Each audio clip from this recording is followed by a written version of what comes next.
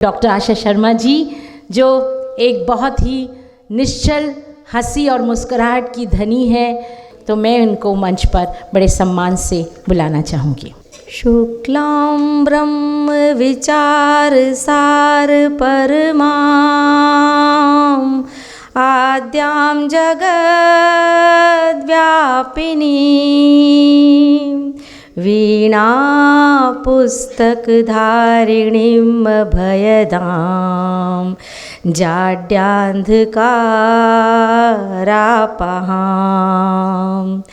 हस्ते स्फटिकमालिकां विदधतीं पद्मासने संस्थितां वन्दे तां परमेश्वरीं भगवतीं बुद्धिप्रदां शारदां। समृद्ध मंच पर विराजमान आज के मुख्य अतिथि श्री प्रबोध कुमार गोविल जी, जिन्होंने आशान्वित किया है कि शीघ्र ही हमें सूरज का 7वां घोड़ा हमारे हाथ में होगा पढ़ने के लिए। आज के समारोह के अध्यक्ष डॉक्टर अखिलेश पालरिया जी, विशिष्ट अतिथि डॉक्टर नीलिमा तिग्गा जी, डॉक्टर बजरंग सोनी जी, ताऊ शेखावाटी जी, रमेश चंद मीना जी, अशोक सक्सेना जी, श्री कपिल शर्मा जी और आज के समारोह की उत्सव प्रतिमा डॉक्टर सूरज सिंह नेगी जी, आप सबको मैं नमन करती हूँ। समृद्ध मंच को प्रणाम करने के बाद सामने आज इतने मुझसे आयु में, अध्ययन में, अनुभव में सब बड़े बड़े लोग बैठे हैं।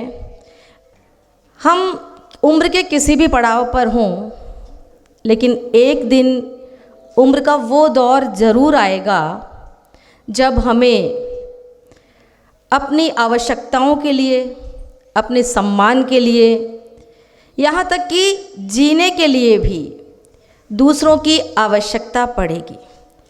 और उस समय, उस दौर में हमारे दिए हुए वे संस्कार ही काम आएंगे जो हम नई पीढ़ी को पल्लवित और पुष्पित करने के लिए देते हैं। स्थितियाँ बदलती जा रही हैं और भयावह होती हुई दिखाई देती हैं जब हम देखते हैं वृद्धों को चारों ओर उपेक्षित होते हुए, वृद्धाश्रमों में जाते हुए और वृद्धाश्रमों में जाने के लिए विवश होते हुए। तो ऐसे में साहित्यकार का क्या दायित्व है? साहित्यकार परिस्थितियों को ज्यों का त्यों नहीं देख सकता है। इसीलिए आचार्य रामचंद्र शुक्ल ने साहित्यकार को प्रजापति की संज्ञा दी है। प्रजापति यानी ब्रह्मा। ऐसे ही नहीं दी, ब्रह्मा जिस प्रकार से सृष्टि का निर्माण करते हैं, शुक्ल जी कहते हैं यथास्मे रोचते विश्वम, कि साहित्यकार को जैसा रुचता है, जैसा वो पसंद करता है, वैसे समाज का निर्माण करने में, विश्व का निर्माण करने में वो सक्षम है। तो इस दृष्टि से साहित्यकार का और साहित्य का निर्विवाद रूप से हर दृष्टि से महत्व है।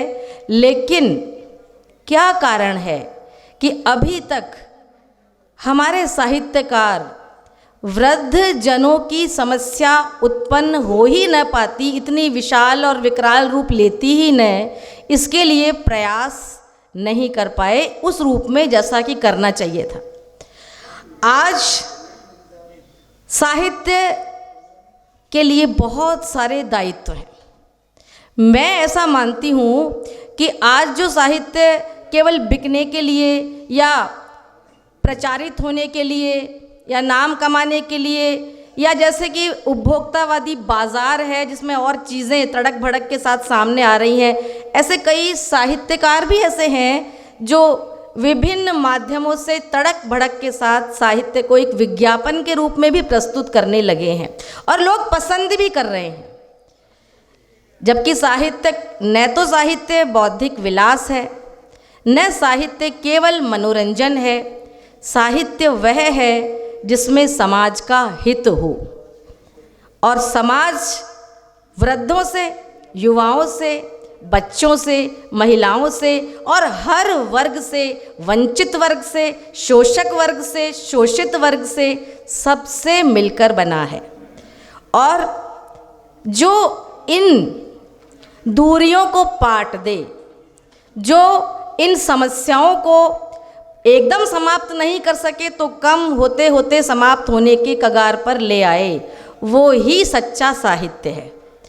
तो इस दृष्टि से आदरणीय डॉक्टर सूरज सिंह नेगी जी ने ये जो अभी आज विमोचन हुआ है पुस्तक सांध्य पथिक, ये जब पढ़ी, इससे पूर्व भी नेगी जी ने जो पुस्तकें लिखी हैं, जिनमें कि विशेष रूप से वसीयत है, नियति चक्र है, कुछ कहानियाँ भी मैंने इनकी बहुत सी पढ़ी हैं, उन सब में भी मैंने ये पाया है कि आदरणीय नेगी जी मुड़ मुड़कर पीछे अपनी जड़ों की ओर देखते हैं। जैसा कि अभी हमने पीपीटी में भी देखा, इनकी सारी अपनी यादें जो है, अपने गांव की यादें, वहाँ के स्कूल की यादें, उसके बाद मतलब अपनी जड़ों से जुड़े हुए हैं ये। तो कितने लोग हैं जो इस तरह से अपनी जड़ों से जुड़े हुए हैं। हम जड़ें ही तो हैं जो हमें रस देती हैं, जो हमारे जीवन को पुष्पित पल्लवित करेंगी, और जब जड़ें रस लेंगी तभी तो फूल और पत्तियां रस से युक्त होंगी। तो इसलिए ज़रूरी है कि हम हमारे बुज़ुर्गों से, हमारे परिवार से, हमारी जड़ों से जुड़े रहें, और ये जुड़े रहने का संस्कार हमें साहित्य देता है। इस प्रकार का साहित्य रचने की आज आवश्यकता है।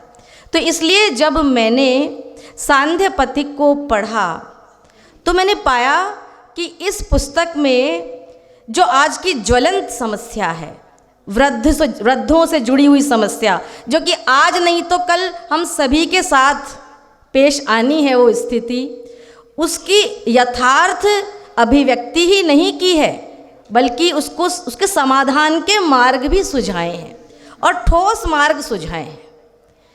तो इसलिए ये जो पुस्तक है, ये निश्चित रूप से एक बहुत विकट समस्या के समाधान करने की दृष्टि से मील का पत्थर साबित होने वाली है।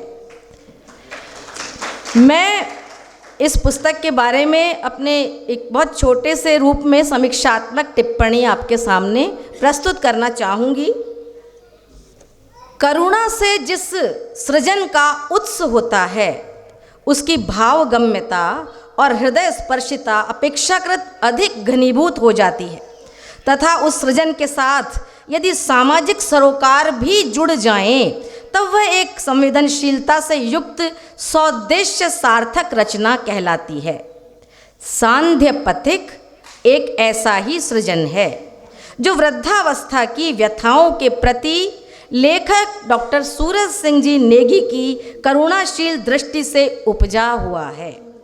डॉक्टर नेगी द्वारा रचित 223 पृष्ठों के इस उपन्यास को India Netbooks private limited Noida द्वारा प्रकाशित किया गया है।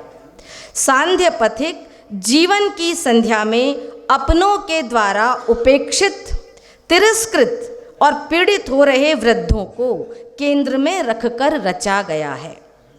सोम बाबू उपन्यास के केंद्रीय पात्र हैं, जो सेवानिवृत्ति से पूर्व ही अपने इर्द गिर्द ऑफिस में, पास पड़ोस में, परिवार और समाज में हाशिए पर जा रहे वृद्धों को देख देख कर स्वयं की वृद्धावस्था के प्रति भी आशंकित होने लगते हैं।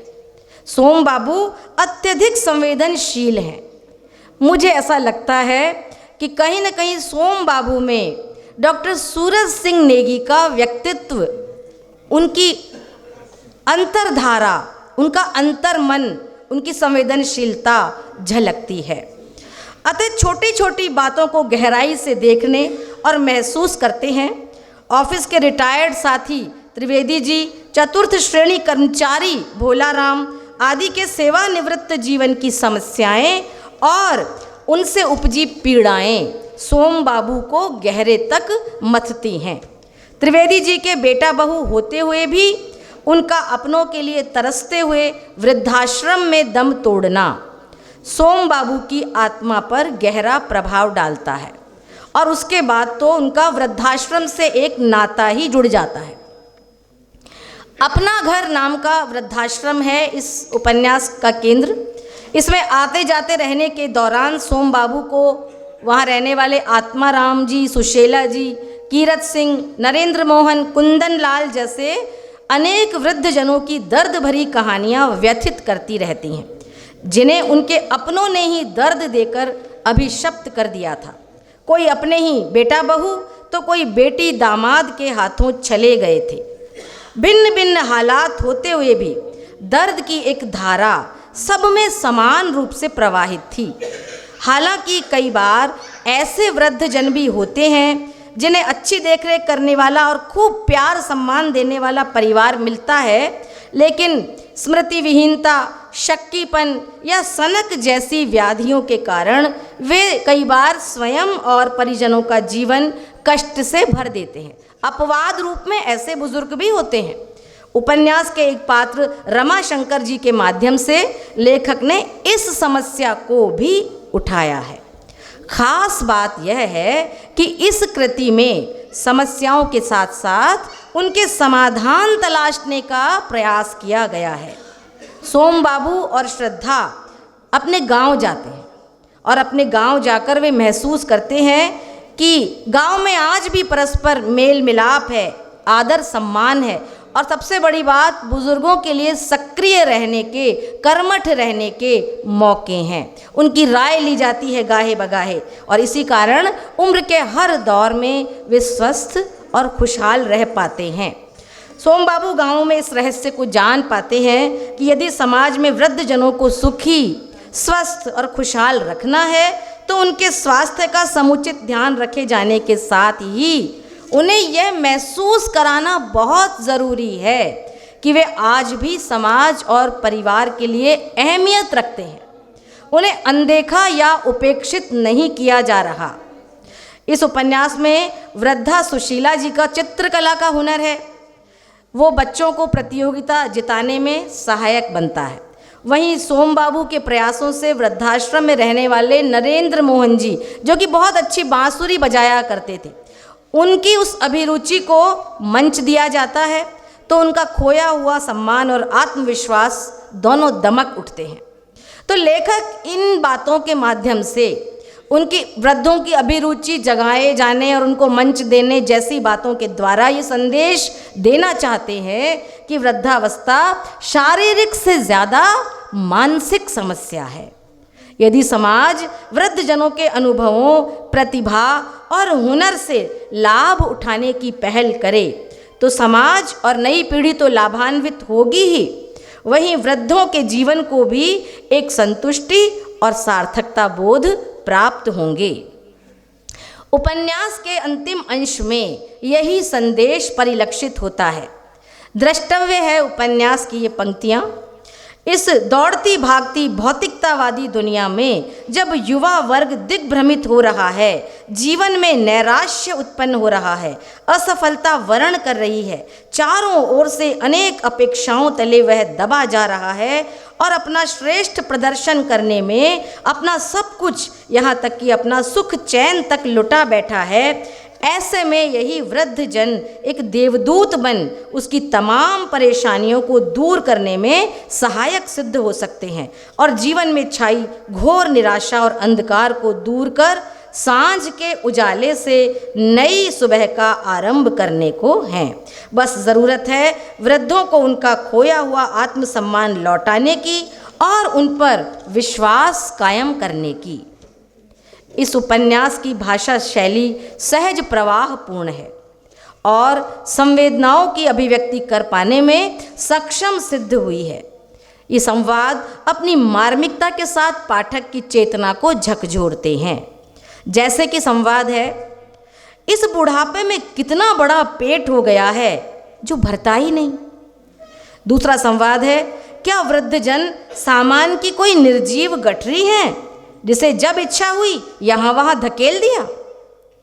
एक और संवाद है, अभागा होगा वह परिवार और समाज जिसने इन अनमोल हीरों को ठोकर मारकर वृद्धाश्रम तक पहुंचा दिया। वर्णनात्मक और संवाद शैली के प्रयोग के साथ ही उपन्यास में फ्लैशबैक पद्धति का भी लेखक ने बखूबी प्रयोग किया है। इस उपन्यास में आद्योपांत केंद्रीय पात्र सोम बाबू स्वयं की वृद्धावस्था के बारे में, अनअपेक्षित स्थितियों के बारे में सोच सोचकर निरंतर आशंकित होते रहते हैं, लेकिन अंततः ऐसी स्थितियों को झेल रहे वृद्धों के लिए वे खुद आशा की एक सुनहरी किरण साबित होते हैं। क्यों? इसका कारण है क्योंकि उनकी समर्पित, समझदार, स्नेहिल, वात्सल्यमयी पत्नी श्रद्धा प्रतिपक पर उन्हें समझती है, उनका साथ देती है। पता नहीं, मैंने ऐसा सोचा या आप लोग भी पढ़ेंगे तो सोचेंगे, लेकिन श्रद्धा के चरित्र में मुझे मीना जी की झलक दिखाई दी। बेटा विवेक और बहू निहारिका भी संस्कारी और समझदार है, इसीलिए सोमबाबू स्वयं के प्रति आशंकाओं से उबर सके और वृद्धाश्रम के निराश टूटे बुजुर्गों हेतु एक प्रकाश पुंज बनकर उभरे। लेकिन आज के युग में सबसे बड़ी समस्या दाम्पत्य की पवित्रता, पारिवारिक संस्कारों, एक दूसरे की परवाह और जीवन मूल्यों को बचाए रखने की है।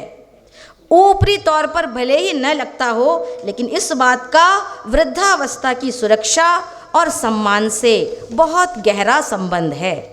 सांध्य पथिक में सर्वत्र वृद्धावस्था से जुड़ी समस्याओं को बखूबी उठाया गया है, लेकिन इसके कारकों में एक महत्वपूर्ण कारक है सामाजिक परिवेश और मूल्यों का विघटन, जिसकी वजह से व्यक्तिवादिता बढ़ती जा रही है और इतनी बढ़ती जा रही है कि संतानों पर से अभिभावकों का और व्यक्ति पर से समाज का, नई पीढ़ी पर से बुजुर्गों का नियंत्रण दुर्भाग्य की हद तक खत्म होता चला जा रहा है।